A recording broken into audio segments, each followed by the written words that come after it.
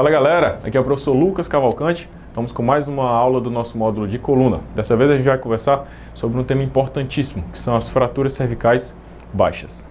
Bom pessoal, falando de forma geral das fraturas cervicais, o paciente vítima de trauma, cerca de 5% deles vão apresentar alguma lesão na coluna cervical.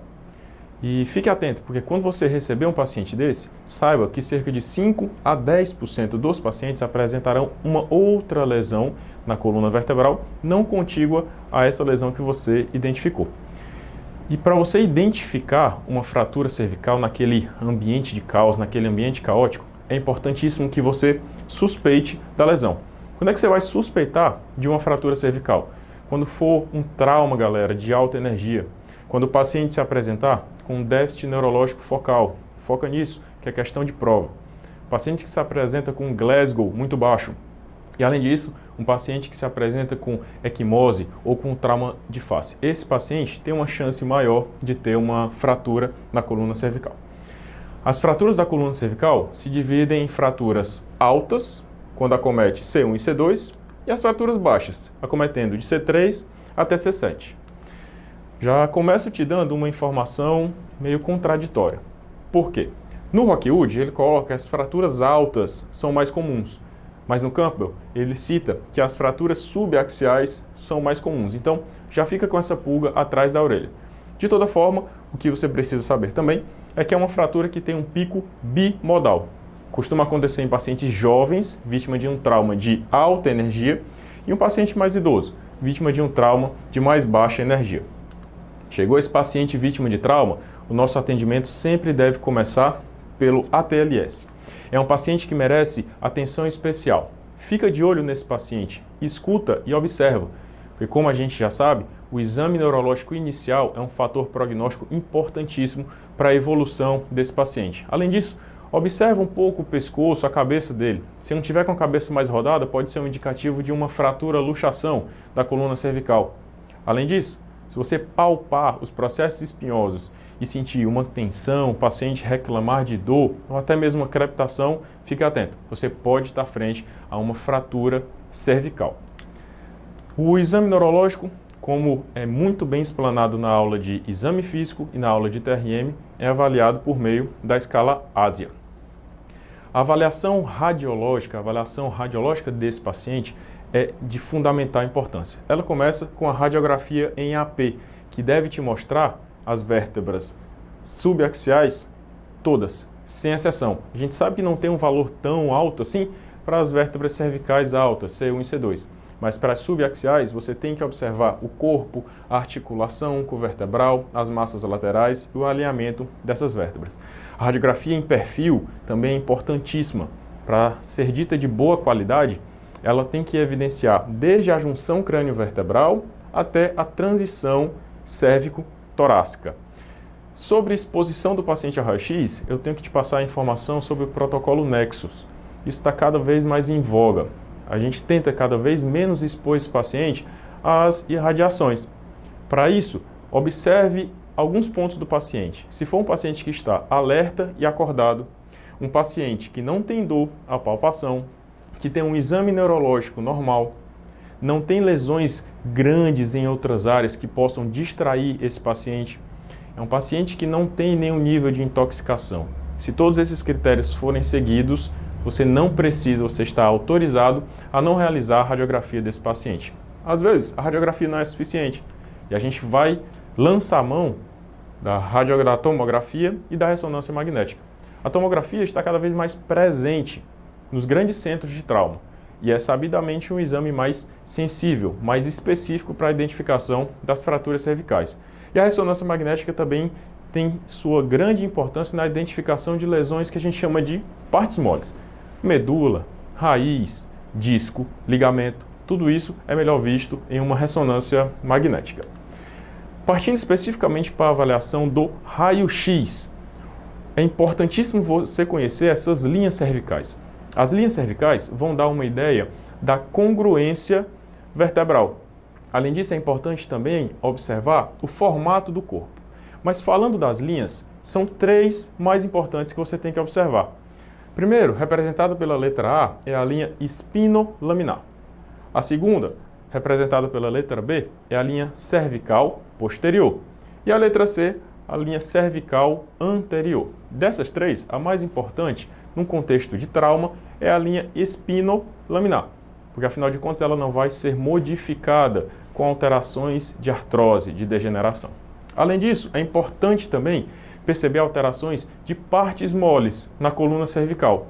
Observe que a letra E representa o espaço pré-vertebral, ou seja, anterior à vértebra de C2. E a letra F representa o espaço pré-vertebral na vértebra de C6. Para a gente saber o valor nesses dois espaços, basta trocar.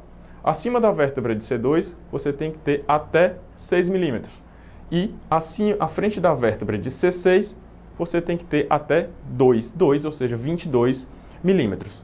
Valores que excedam essas quantidades pode estar representando aí uma fratura vertebral, uma lesão vertebral com uma formação, por exemplo, de um hematoma, ok? Algumas vezes a radiografia não está bem feita, ela não está mostrando tudo para a gente. Nesse caso, você precisa conhecer uma incidência importante, que é a incidência do nadador. Essa incidência do nadador, ela vai te mostrar melhor a transição cérvico-torácica. É importantíssimo que a radiografia em perfil da coluna cervical te mostre a transição cérvico-torácica, ali no nível de C7 e T1. Vamos bater naquele ponto que eu falei, respondendo essa questão. Observe a figura e responda. Qual das linhas a seguir é o melhor parâmetro no contexto de trauma para avaliar a presença de uma luxação da coluna cervical? Como já falado, a linha A, também chamada de linha espinolaminar, é a mais importante, porque não se modifica com alterações de artrose nem alterações degenerativas. Galera, é sobre isso, é sobre estabilidade. É importante que no segmento dessa aula você compreenda os elementos que são importantes para garantir a estabilidade da coluna cervical subaxial. Na região mais da frente, a gente vai ter o LLA, o disco intervertebral e também o LLP, o ligamento longitudinal posterior, que você vai ver no próximo slide. Na região mais de trás, a gente tem o famoso complexo ligamentar posterior, formado pelas cápsulas articulares, pelo ligamento supra e interespinhoso e também pelo ligamento amarelo. Aqui eu evidencio também o LLP. E aí vem a pegadinha. Saiba que do complexo ligamentar posterior, o LLP não faz parte. Ainda no contexto de estabilidade de estruturas estabilizadoras, White e Punjabi sistematizaram lesões e eventos que podem caracterizar uma lesão instável da coluna subaxial. E aí você olha esse monte de evento, esse monte de lesão, uns valendo 2, outros valendo 1 ponto, e já dá aquele desespero. Eu vou te ajudar a fixar melhor esses parâmetros. Vamos lá. Quando você pensar em um White Punjabi, eu quero que você lembre da mnemônica Apartamente 3511. Apartamente 3511. Então vamos lá, um por um. O primeiro A representa as lesões dos elementos anteriores, que a gente já conversou. O P representa a lesão dos elementos posteriores, ok? O segundo A representa angulação e o R, rotação. Ou seja, quando você tem uma lesão que faz uma angulação ou rotação superior a 11 graus, você está frente a uma lesão provavelmente instável. Depois você tem a translação. Quando você tem uma translação superior a 3,5, você também está frente a uma lesão provavelmente instável. Depois você vem a antecipação de carga. O que é isso? Imagina que você tem uma lesão cervical potencialmente instável num paciente que é um atleta profissional, num paciente que é, por exemplo, pedreiro e carrega muito peso na cabeça. Esse paciente tem que ser olhado de forma diferente. Ele tem que ganhar um pontinho no sistema de White e Punjabi para ver se a fratura é ou não instável. O M é de medula, lesão medular. O E é de estreitamento. Se você tiver um estreitamento do espaço discal, provavelmente essa fratura também tem características instáveis. O N é de nervo, de lesão radicular. Se o paciente apresenta uma lesão radicular, ele também está frente a uma lesão instável. E o último T se refere à tração, que é aquele teste da tração que é feito para ver se o paciente tem ou não uma lesão estável, mas calma que a gente vai já conversar sobre ele. Bom, como eu te falei, algumas coisas recebem a pontuação 2 no sistema de White e Punjabi e outras 1. Então, White e Punjabi, tudo é 2, menos ENA. Tudo é 2 menos ENA. E, N e A recebe apenas 1 ponto. E de estreitamento, pensa galera, não tem nenhuma lesão importante medular, nada de destruição dos elementos, é apenas um estreitamento. Então esse estreitamento receberá 1 ponto. Uma lesão de nervo, apenas de raiz, recebe 1 ponto também. A antecipação de carga, igualmente, recebe 1 ponto. Pensa, é um negócio que nem aconteceu ainda, por que vai ganhar 2 pontos? Então, tudo é 2 menos ENA. Volta então e percebe que o White e Punjabi tem que ter alguma função. Ele deu essa pontuação para que no final você some e chegue a um valor. Se esse valor for maior ou igual a 5, você está frente a uma lesão instável, ok? Então fixe essa mnemônica que isso vai te ajudar muito em questões. Como eu te prometi, a gente vai conversar sobre o teste da tração. Imagina que você tem um paciente que você está em dúvida se tem uma lesão instável, você está doido para fazer a ressonância, mas esse paciente não pode. Vamos dizer que ele tenha um marca-passo. Como é que você vai fazer para perceber se essa lesão é instável? Você vai aplicar o teste de tração. Uma condição imprescindível para você realizar esse teste de tração é que o paciente esteja alerta e acordado. E mais importante do que saber quando fazer é saber quando parar. Se durante o teste de tração o paciente apresentar uma mudança neurológica, se o paciente apresentar um alargamento do espaço discal superior a 1,7 milímetros ou uma angulação superior a 7,5 graus, e ainda se o peso dessa tração atingir mais do que 1/3 do peso corporal, você deve parar imediatamente esse teste da tração, ok? Ainda não ficou claro sobre os valores 3511 da mnemônica Apartament 11? Vou te dar mais 2 dicas para tu não errar, porque isso cai muito na prova. A translação é de 3,5, TR representando o 3 e o cião representando o 5, perfeito? E galera, quando você vai medir uma cifose, você passa 2 tracinhos. Presta atenção, esses 2 tracinhos já representam os 11 graus, ok? Então 3,5 de translação e 11 graus são fatores importantes no conceito de instabilidade. E tem mais uma coisa, o que costuma ser perguntado bastante é sobre a instabilidade no contexto de lesão do complexo ligamentar posterior. Digamos que você tem um paciente, não pode fazer a ressonância, não pode ver claramente numa ressonância se tem uma lesão do complexo ligamentar posterior. Nos exames radiográficos, você pode ver que um aumento do interespinhoso, do espaço interespinhoso, uma cifose acima de 11 graus, uma translação superior a 3,5 milímetros e um achatamento do corpo acima de 25 a 30% são sugestivos que o complexo ligamentar posterior está rompido. Observe essa questão para treinar o que a gente discutiu agora. A instabilidade traumática da coluna cervical, segundo White e Punjabi, tem como critério de gravidade a translação relativa no plano sagital maior do que, lembra galera, translação. 3,5 é a resposta correta, ok? Mais uma questão. Nas lesões traumáticas da coluna cervical subaxial, são pontuados com 2 pontos, segundo White e Punjabi. Lembra, White e Punjabi é tudo 2 menos ENA. Vamos lá. O item A, translação de 3,5, ok, mas lesão de nervo, lesão radicular? Não, é só 1 ponto. O item B tem lesão dos elementos posteriores, ok, 2 pontos. E lesão radicular? Não, lesão de nervo, de novo, 1 ponto só. Letra C, lesão dos elementos anteriores e estreitamento? Não, estreitamento é ENA. Concorda? Então, 1 ponto só. E a letra D é a resposta da questão. Lesão dos elementos anteriores e uma angulação sagital superior a 11 graus. E agora vamos classificar essas fraturas. Existem algumas formas de classificação que podem cair na tua prova. A primeira delas é Allen e Ferguson.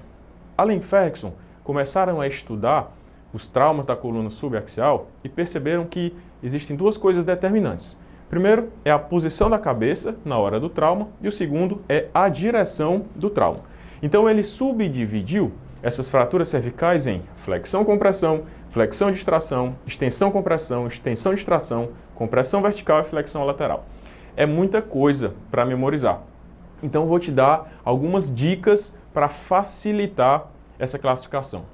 Primeiro ponto é que elas têm estágios variados. Um tem 5, outro tem 3, outro tem 2. Então, o simples fato de você conseguir memorizar a quantidade de estágios já vai ajudar na hora da prova. Pega outras dicas. Nas fraturas que tem compressão escrita, sempre vai ter lesão óssea.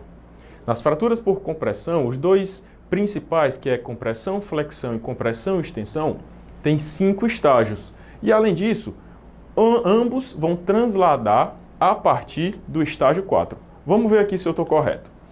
A fratura por flexão compressão começa com a fratura, compressão antero-superior do corpo. O estágio 2, você já vai ter uma aparência em bico da vértebra, ou seja, achata um pouco mais. Pensa comigo, o bico, para ser formado, tem que ter a parte de cima e a parte de baixo, ou seja, são 2 partes. Logo, é o estágio 2. Presta atenção, esse estágio 3 você tem que saber. O estágio 3 da fratura por flexão compressão é chamado de gota de lágrima. Isso pode cair, mais uma vez, na tua prova. Olha como eu acertei de novo. A partir do estágio 4 ocorre a translação. No estágio 4 é uma translação posterior com menos de 3 milímetros. No estágio 5 é uma translação acima de 3 milímetros, o que já sugere uma lesão ligamentar anterior e uma lesão ligamentar posterior também. Confere aqui na figura e passa na tua cabeça estágio por estágio.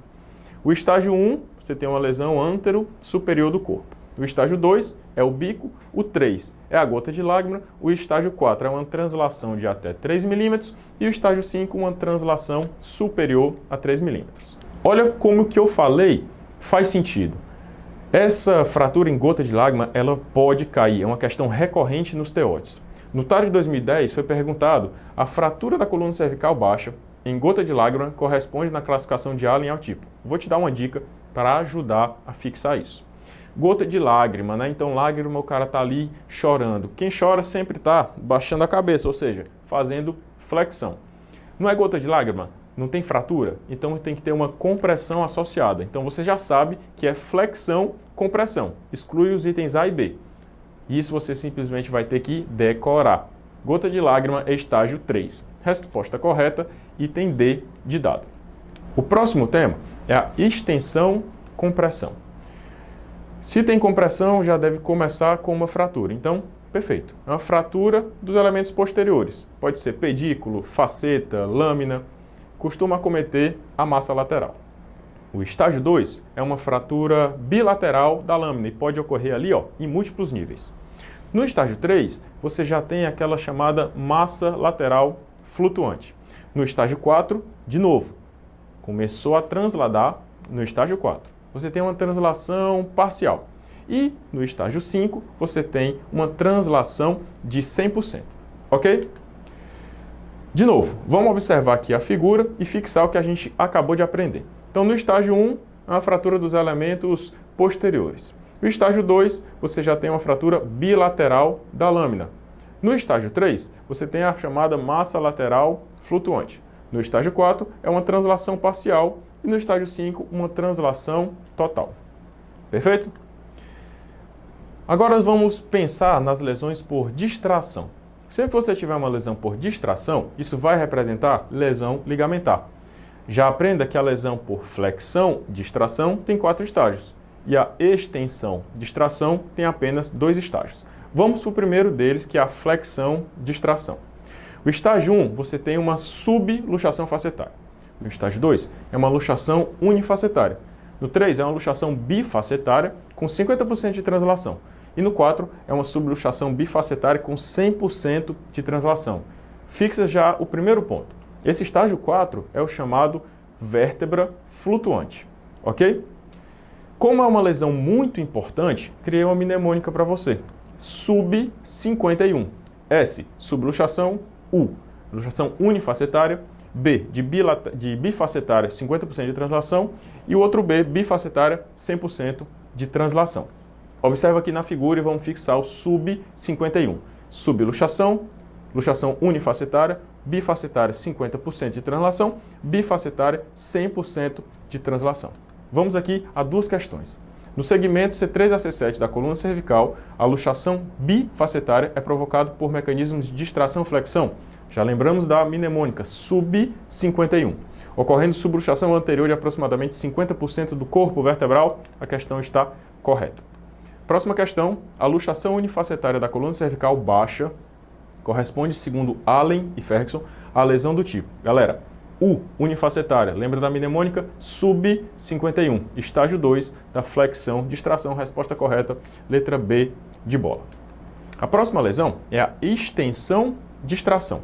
São apenas dois estágios. O primeiro estágio representa a lesão ali discal e pode acontecer fratura avulsão. No estágio 2 você já tem uma translação posterior. A próxima lesão é a flexão lateral.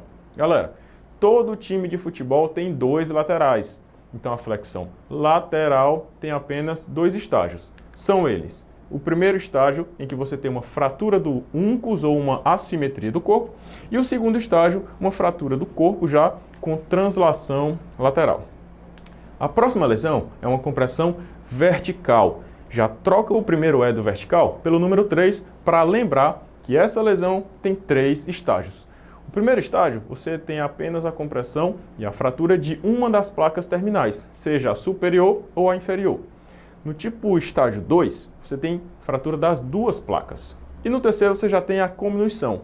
Então, para a gente lembrar das fraturas por compressão vertical, lembra que quebra 1, quebra 2, quebra tudo. Ok? Vamos ver aqui a figura e vamos verificar que estávamos corretos. No estágio 1, apenas uma placa. No estágio 2, tanto a superior quanto a inferior estão quebradas. E no estágio 3, já está completamente cominuída.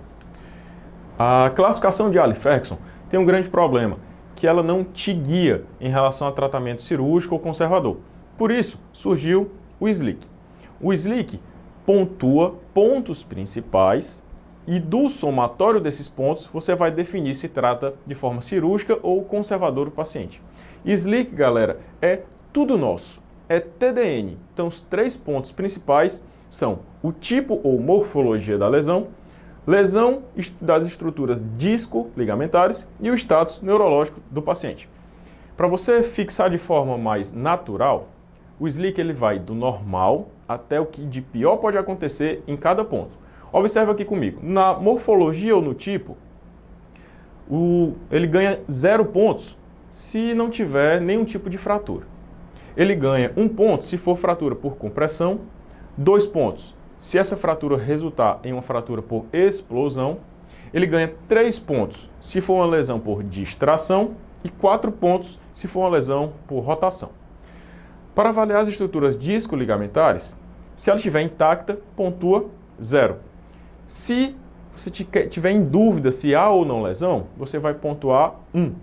E se essa estrutura estiver comprovadamente lesionada, 2 pontos para esse paciente. O status neurológico desse paciente vai de 0 a 3. Se não tiver lesão neurológica, pontua 0. Uma lesão de raiz, pontua 1. Uma lesão completa, pontua 2. E uma lesão incompleta, pontua 3. Se além dessa pontuação do déficit neurológico, o paciente comprovadamente ainda tiver uma lesão compressiva naquele momento, ele ganha 1 ponto extra. E pode confundir um pouco na tua cabeça por que a lesão completa ganha 2 e a incompleta ganha 3. Galera, o SLIC visa determinar se você vai operar esse paciente. Então, se você tiver uma lesão incompleta, a sua chance de recuperar esse doente é maior. Então é natural que esse paciente receba uma pontuação maior, tá certo? Todo critério só tem valor se ele te ajudar de alguma forma a definir se é uma lesão cirúrgica ou conservadora. No somatório do SLIC, se ele for menor do que 3, você está autorizado a tratar esse paciente de forma conservadora. Se for maior ou igual a 5, o tratamento ele vai ser cirúrgico. Mas se ele pontuar 4, vai ficar aquela eterna dúvida se você precisa operar ou não. E aí você vai avaliar aquele caso em específico, ok? Uma outra classificação importantíssima para você é a nova classificação AO. A classificação AO divide as fraturas em tipos A, B e C. As fraturas do tipo A são ainda subdivididas em subtipos. A0, em que você tem lesões pequenas da lâmina, do processo transverso, por exemplo. O subtipo A1 é quando você tem uma lesão de uma placa, mas o muro posterior não está acometido. As fraturas do tipo A2, você tem um acometimento das duas placas, mas sem o muro. É o chamado split coronal. As fraturas do tipo A3, você tem lesão de apenas uma placa, mas com acometimento do muro posterior. E as fraturas do tipo A4, você lesiona as duas placas e o muro posterior. As fraturas do tipo B são as fraturas e são as lesões das bandas de tensão. No tipo B1, você tem uma lesão da banda de tensão posterior, mas totalmente óssea. O tipo B2 é a lesão da banda posterior, mas aí pode entrar uma lesão cápsula ligamentar com ou sem acometimento ósseo. E a lesão B3 é uma lesão da banda de tensão anterior. As lesões do tipo C ficaram mais fáceis para a gente, porque qualquer lesão que tenha uma rotação ou uma translação, ela já vai ser classificada como tipo C. Olha essa questão. Na fratura cervical baixa, classificada por Magel, as lesões mais graves são do tipo... Quem é o tipo C, galera? São as lesões por rotação. Resposta correta, letra A. Mas vamos entrar agora no tratamento geral dessas lesões. Você tem que entender os conceitos para definir se vai ser feito um tratamento conservador ou cirúrgico. Os pilares do tratamento conservador envolvem uma redução de uma fratura por meio da tração, em casos necessários, e você vai imobilizar em um colar rígido ou em um aluveste. O tratamento cirúrgico você vai deixar reservado para os casos de instabilidade, falha do tratamento conservador, seja com dor, com uma pseudartrose sintomática, e ainda nos casos em que tem déficit neurológico associado. Digamos que chegou para você uma luxação, seja ela uni ou bifacetária, ela é uma lesão instável. Se é uma lesão instável, está luxado, independente de no final você tratar de forma cirúrgica ou conservadora, você tem que posicionar um halo nesse paciente para fazer a redução. E alguns pontos são importantes nesse caso. O halo craniano, ele vai te ajudar na redução. Pensa, é difícil você achar pontos de fixação na cabeça para conseguir tracionar bem. Então, você posicionando o halo, você fica com um controle absoluto da cabeça do paciente. Onde é que a gente coloca esses pinos? Bom, os pinos da frente são colocados 1 centímetro superior à órbita e no seu terço distal. Os pinos de trás são posicionados 1 centímetro acima do meato auditivo. E, obviamente, os pinos eles podem complicar. E qual é a complicação maior? É a soltura desses pinos associado à infecção do sítio dos pinos.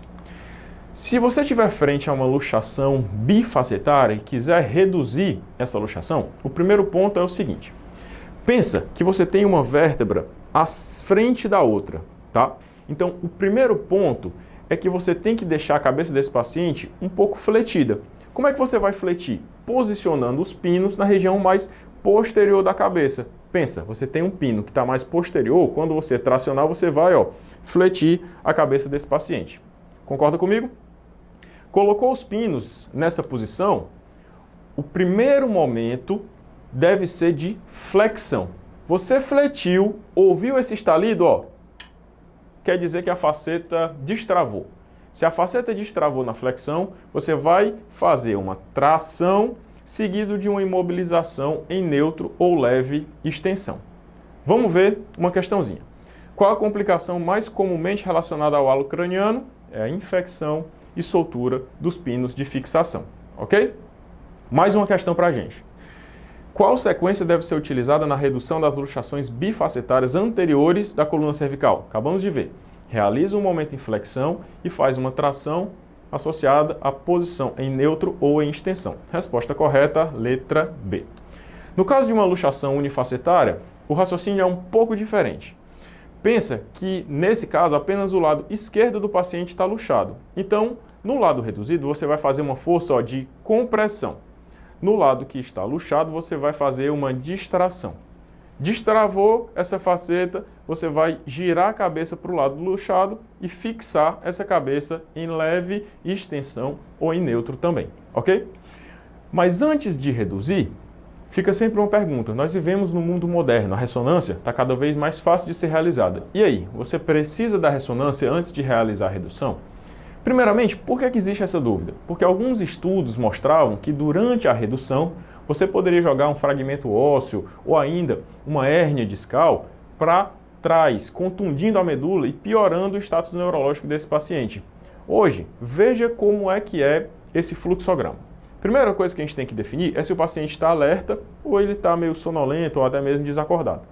Num paciente que está alerta e com déficit neurológico, galera, presta atenção, é uma situação de urgência, de emergência. Então, você não precisa fazer a ressonância. Alerta com déficit, reduz logo esse paciente. Se o paciente estiver alerta e estiver super tranquilo, sem déficit, é uma situação favorável. Faz a ressonância e depois você reduz. Frente a um paciente sonolento, você vai já de uma vez fazer a ressonância magnética desse paciente, ok? Vamos de questão para fixar o conceito. Paciente, 30 anos, atendida na emergência com a luxação bifacetária C5-C6. Sem alterações neurológicas. Após a redução por tração craniana, instala-se um quadro de tetraplegia. O que aconteceu? Aconteceu aquele medo que as pessoas tinham de uma hérnia com fragmento discal intracanal fazer uma contusão medular e causar a piora do déficit neurológico. E aí, ok, você indicou a cirurgia, você usou White Punjab, Slick, classificou pela classificação AO, Allen-Ferguson, já sabe que precisa operar esse doente. Você tem que ter 3 perguntas imediatas. Primeiro, qual é o objetivo da tua cirurgia? É descomprimir ou é estabilizar? Segunda pergunta, onde está a compressão? Se for uma compressão anterior, você vai abordar via anterior. Se for uma compressão posterior, você vai abordar via posterior. E a terceira pergunta é, onde está instável? Se tiver instável anterior, você vai abordar anterior. Se tiver instável posterior, você vai abordar posterior, ok? Se você definiu que vai abordar via anterior, seja por compressão, seja para estabilização, você tem basicamente 2 formas de fazer isso. Primeiro, se for um fragmento discal, por exemplo, que está fazendo a compressão, você pode simplesmente fazer a dissectomia com artrodese e fixação com placa e parafuso além do queijo.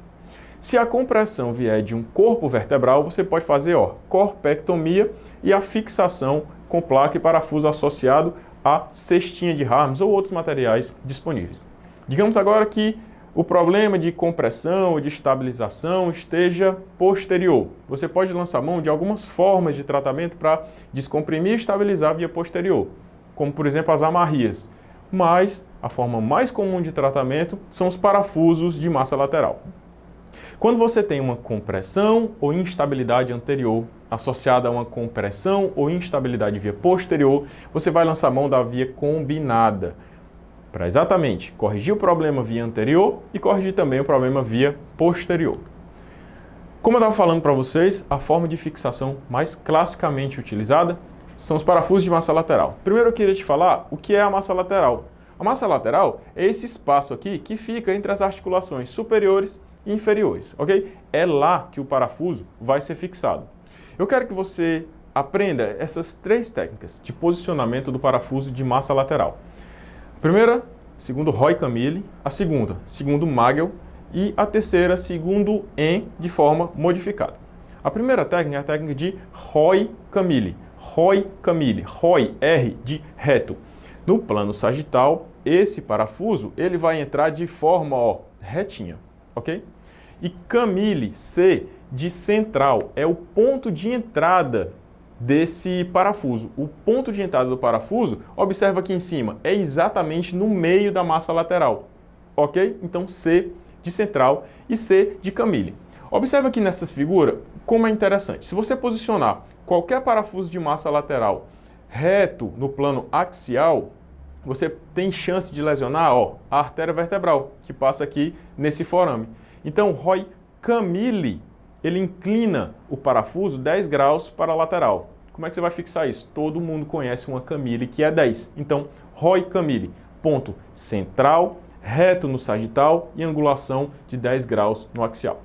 A segunda técnica é a técnica de Magel. A técnica de Magel tem um ponto de entrada na região de meio e acima. Olha só, MA, meio e acima. Então, o ponto de entrada é superomedial nos quadrantes da massa lateral, ok?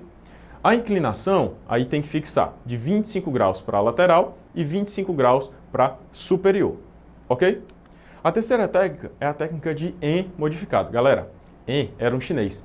E com todos esses problemas que vêm acontecendo, a gente sabe que a China está meio embaixo. A China está meio embaixo. Então, o ponto de entrada dele é no quadrante ínfero-medial da massa lateral. E a inclinação, assim como o águia, 25 lateral, 25 superior. Vamos de questão.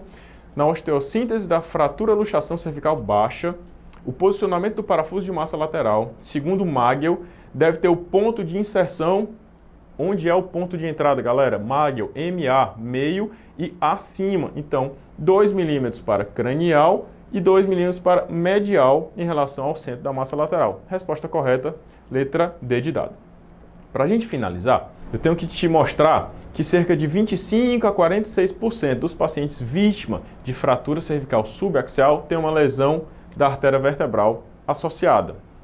O melhor exame para diagnosticar isso é a ressonância magnética com arteriograma. A maioria das lesões são unilaterais.